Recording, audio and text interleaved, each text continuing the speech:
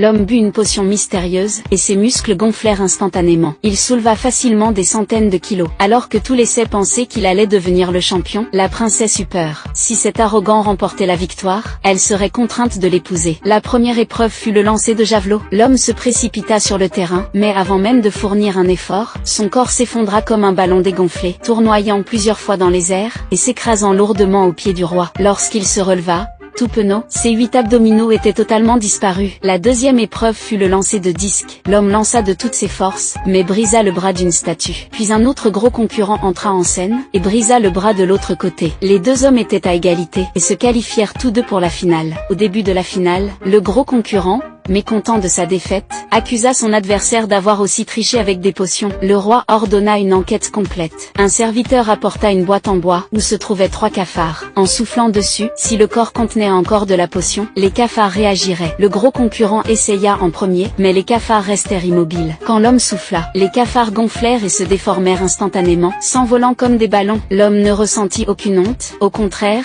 il éclata de rire, mais la princesse était livide, remplie de dégoût. Selon les règles, pour épouser la princesse, il fallait battre tous les adversaires. Mais l'homme n'était pas sportif, alors il dépensa une fortune pour soudoyer les juges. Le lendemain, lors des épreuves, il tricha ouvertement. Les juges furent tous partials, et le déclarèrent vainqueur à chaque épreuve. Le public, scandalisé, s'éleva en protestation et hurla sa colère.